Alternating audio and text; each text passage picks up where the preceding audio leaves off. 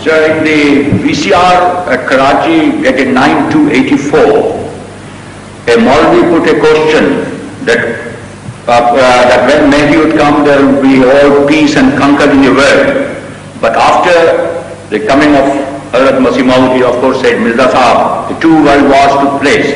You started explaining, but this Maulvi became too argumentative and we were denied the fuller exposition, sir. I would request for that, sir. But that has been answered everywhere, I suppose. And did you finish listening to this set or tape? I finished that, sir. But after that you rose, sir. He went on. I understand. That was after the prayer time had begun. Yes. And that Maulvi wanted to say, to ask a question, and I told him there is no time. Why have you been sitting all the time quietly? No, sir, that was not. He went on arguing wrongly and I know, but what I'm telling you, this is the background. Yes.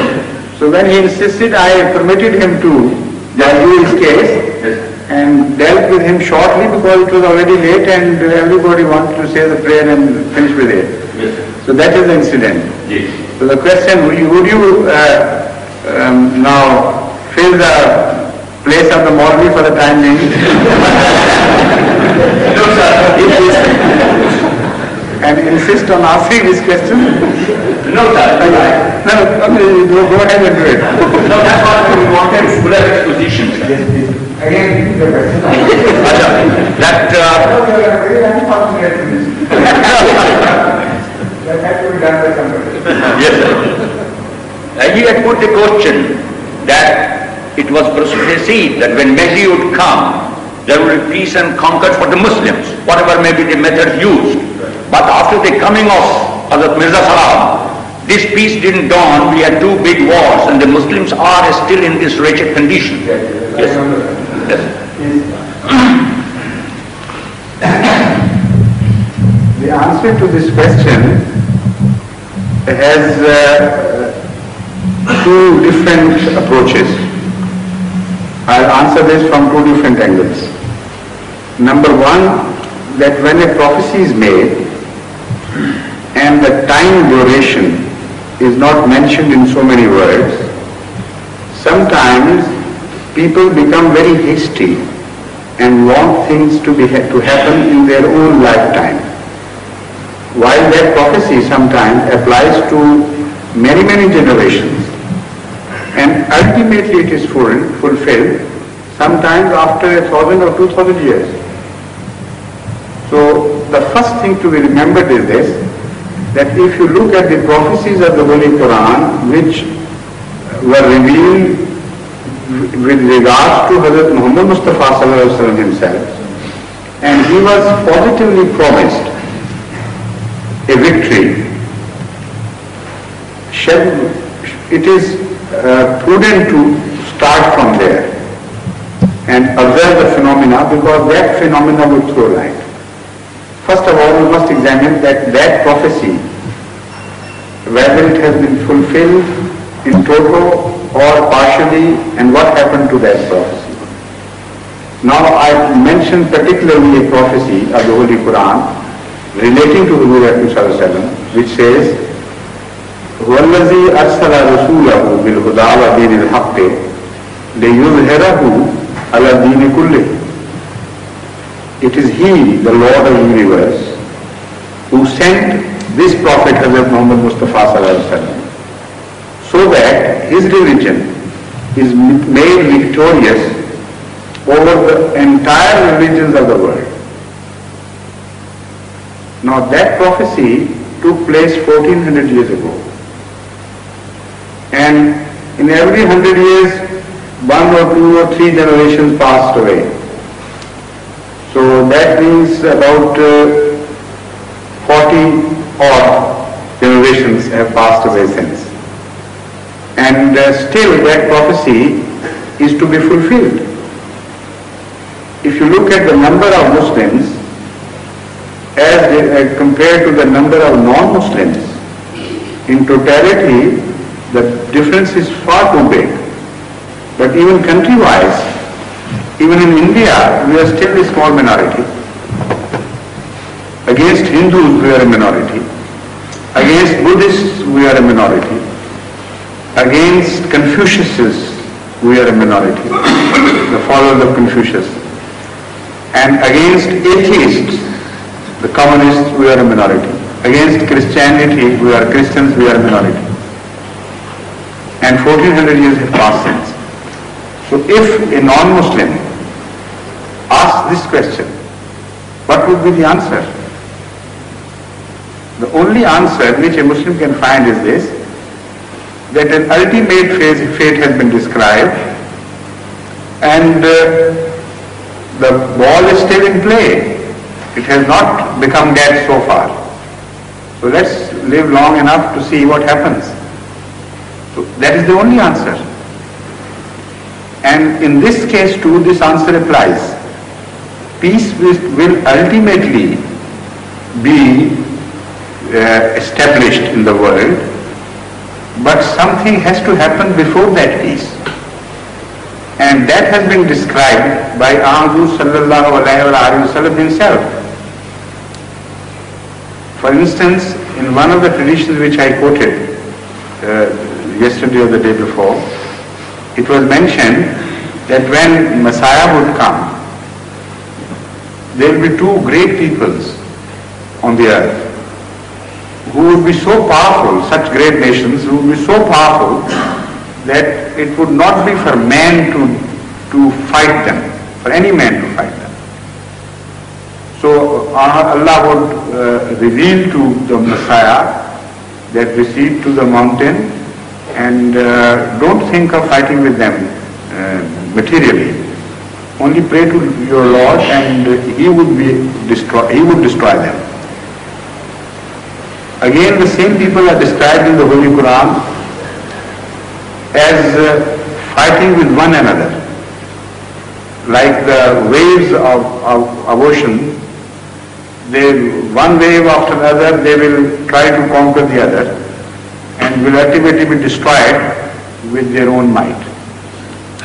So that has to happen before the final peace, because unless these great powers fight with each other and destroy each other, that peace cannot be established, which peace has been promised to us by Hazrat Muhammad Mustafa sallallahu alaihi wasallam. And his words should be interpreted in the light of his own words, not as anybody pleases. In whichever direction he wants to drag them, he will not be permitted to do so. The words of Huzur Akram sallallahu alaihi wasallam will be interpreted in the words of in the light of his own words, which occur elsewhere. So one tradition throws light on the other. This is the second aspect of my answer.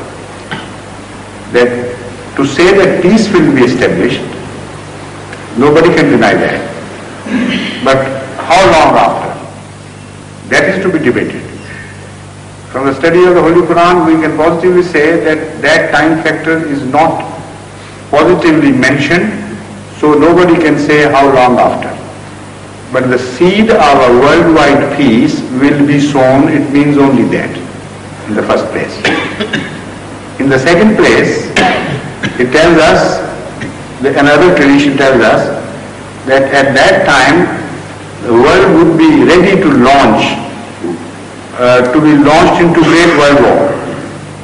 And two big people are the West and East. They are described as Yajuj, Majuj in the Holy Quran as well. And the forces of the Dajjaliya, whatever name you give them. Before this coming of a peace, they have to fight it out between themselves and get totally exhausted. So I also mentioned Surah Taha yesterday, in which also this prophecy is made. So peace would come, but after paying the price. Another aspect of this question is this, that if a good is promised to a people, that promise is always conditional to their own attitude towards that promise. The Holy Quran says, addressing the whole world, that Hazrat Muhammad Mustafa sallallahu alaihi wasallam has come to give you new life. Yad'ukum lima yuhyikum. He is calling you towards him to give you a new life. But how many are there who got that new life? Not despite the fact that he was for the entire world. That new life was subject to the people's positive response. It was not to be offered to those who did not respond to his call. So in another sense, peace is established and given by Hazrat Masih Maud ﷺ, while the rest of the world, to Ahmadis, while the rest of the world are living a life of hell.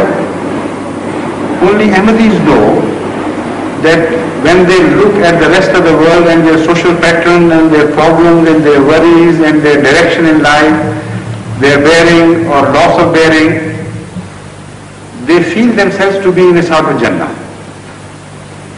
And I know thousands of Ahmadis write to me about this, that thank God we were born Ahmadis or we accepted Ahmadiyya, because the rest of the world is suffering hell, however happy they may appear to be.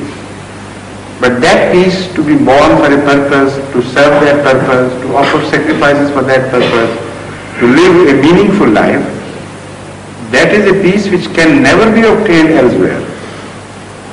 And that peace has been given to us by Hazrat Masih Maud ﷺ, and naturally it should have remained confined. It should have remained confined to those who accepted him. Like all the benefits of Hazrat Muhammad Mustafa ﷺ flowed in the direction of those who accepted him. And those who denied, they were deprived and they did not go to Jannah. They, in fact, a bigger hell was their destiny than those who previously denied the prophets.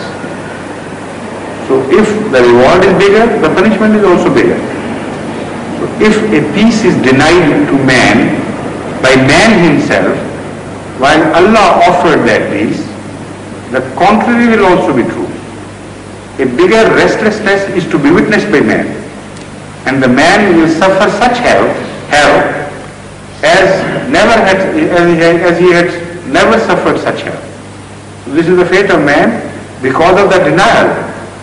Conceives of a world, even a small country, which becomes an Ahmadi. For instance, Pakistan. A very small and insignificant country in the comity of nations, I mean. Otherwise, it's a very good and very country full of potentials. But those potentials have not been tapped.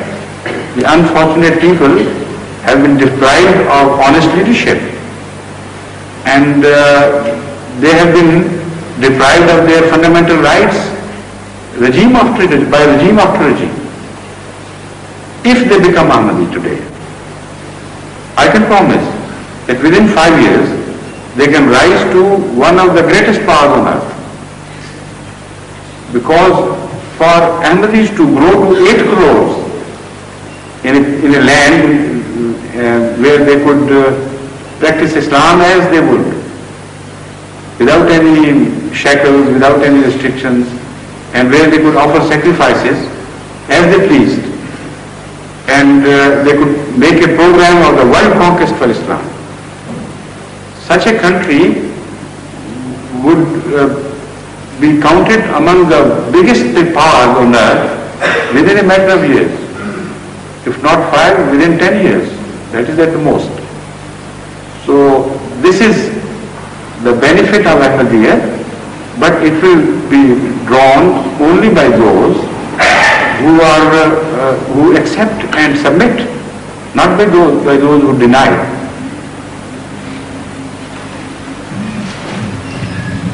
After that side, please.